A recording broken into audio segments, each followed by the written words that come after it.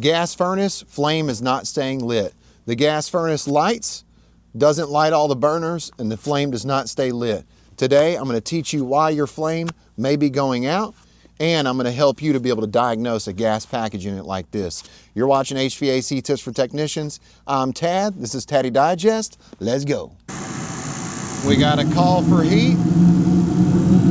Looks like it's lit, but it just went back out. Why does it keep going out?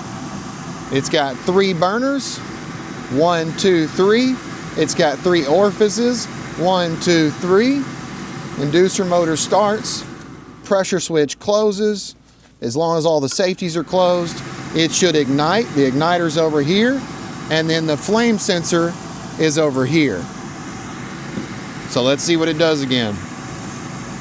Once it lights, the flame sensor should send a signal back to the board, letting the board know that we've got a flame.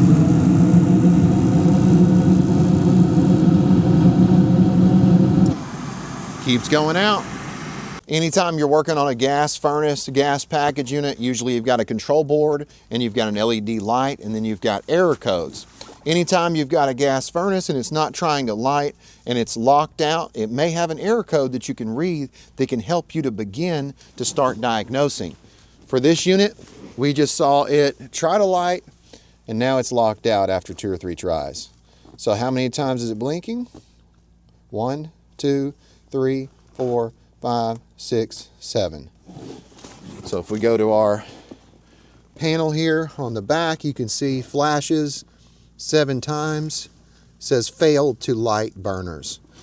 And that's what's happening. It's lighting the first burner and the second burner, but the third one is not lighting. Now let's talk about possible causes for it not lighting, and then we're going to take this unit apart. Always disconnect the power before taking the unit apart. Power disconnected. Now let's cover a few different scenarios with different symptoms. That way, maybe if you're not facing this particular symptom, then you can understand what your symptom is and how you need to diagnose it or what could be wrong. So you could have a symptom of your burners lighting all the way across and it getting to your flame sensor and you having a good flame on that flame sensor, but then it goes out. What could be the issue? It could be that you need to take out your flame sensor and you need to clean it. It could be that you need to replace your flame sensor. It could be that the wire going from the flame sensor to the board is cut, so that might need to be replaced, or maybe it's an issue with your board.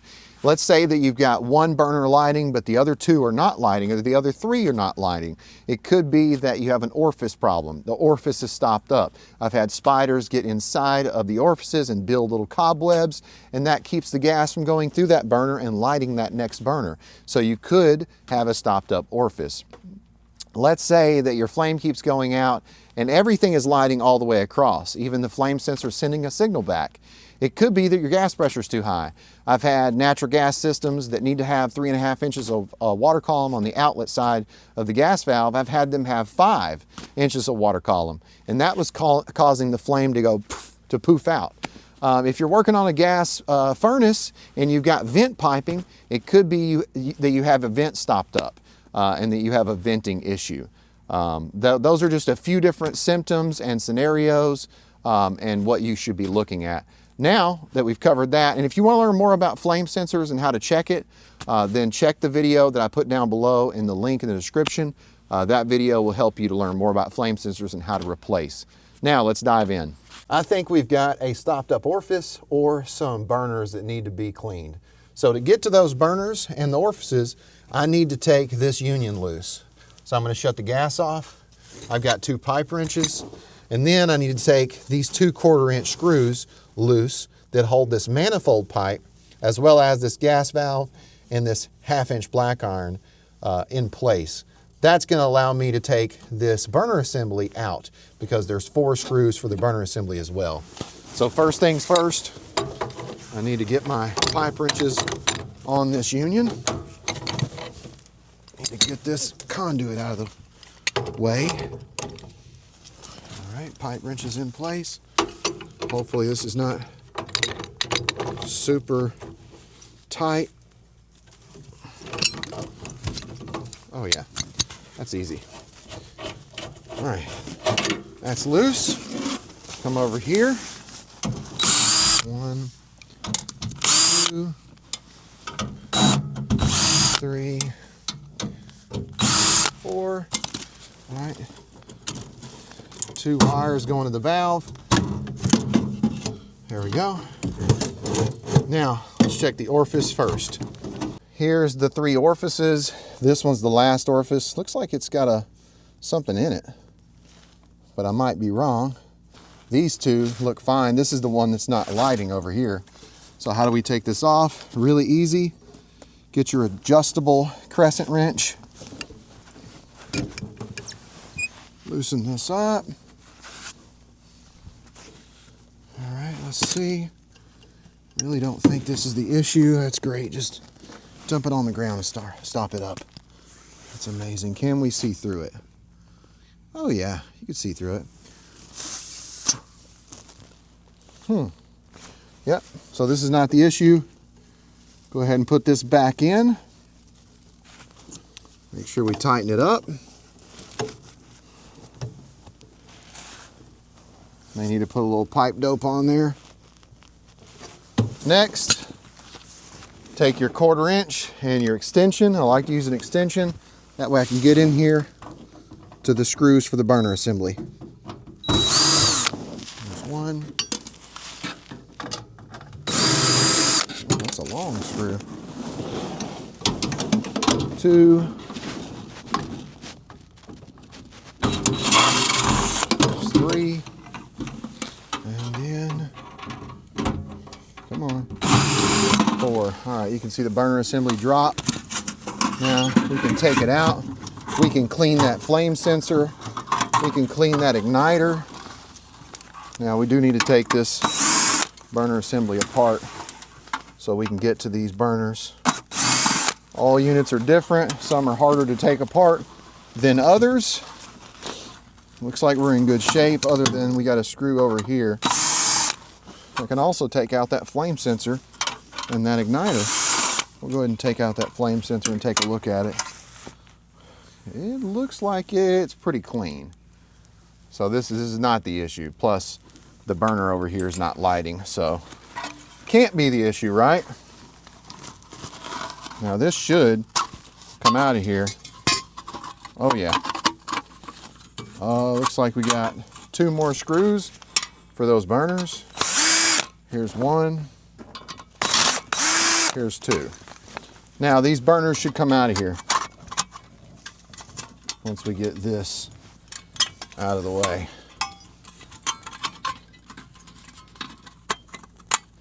Careful not to damage anything. I'm going to take the igniter out too. The igniter works great.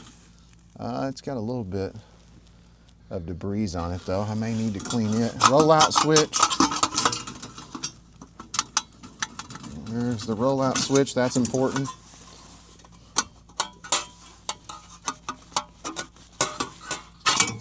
There it is.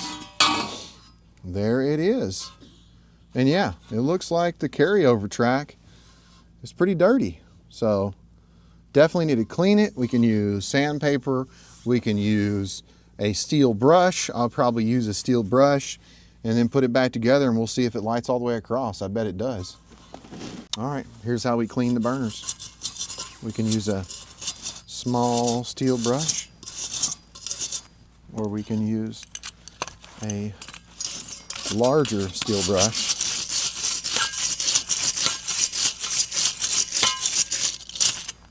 Now, look at the difference in this one right here, okay? And then look at the one on the end, if you can see a difference. I can see a difference.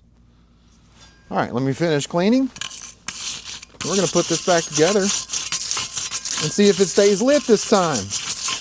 Do you guys remember how to put this back together?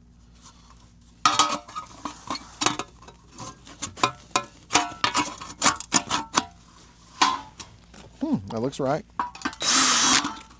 All right, pretty good, pretty good. Oh, my bit just fell out. Oh, that's great. My fingers are frozen. This is awesome. Yeah, oh, just dropped the screw. That's perfect. Everything is going as planned, guys. Everything is going as planned. It's definitely cold out here. If you guys are running service out in the snow. I totally feel for you. All right, we're almost put back together. I'm gonna go ahead and clean the flame sensor, the igniter, before I put it back together, just to make sure. Got it all back together. Everything's plugged back in. Now I need to make sure that I tighten up the union, and then always use a good soap test and make sure that if you have a fitting that needs some pipe thread sealant, that you utilize it. Now we're going to turn the gas on. Gas is back on. Turn on the power. Let's plug in the disconnect. Now,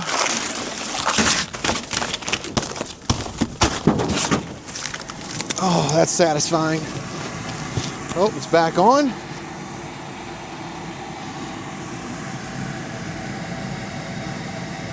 Come on, buddy.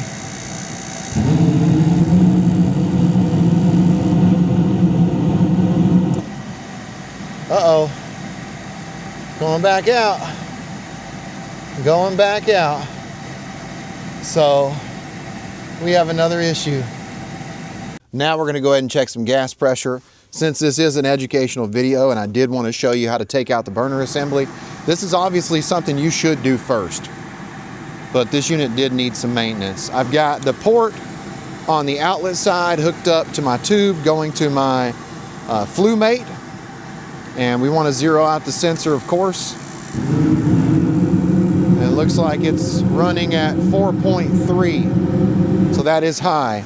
I'm going to go ahead and adjust the pressure by turning the adjustment screw to the left, or counterclockwise. We can decrease the pressure. So I'm going to go ahead and go back, zero out the sensor again. 2, 1. There it is, zeroed out.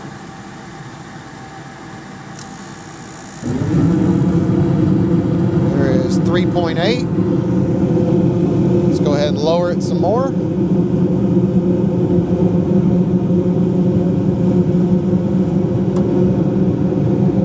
Lowering it.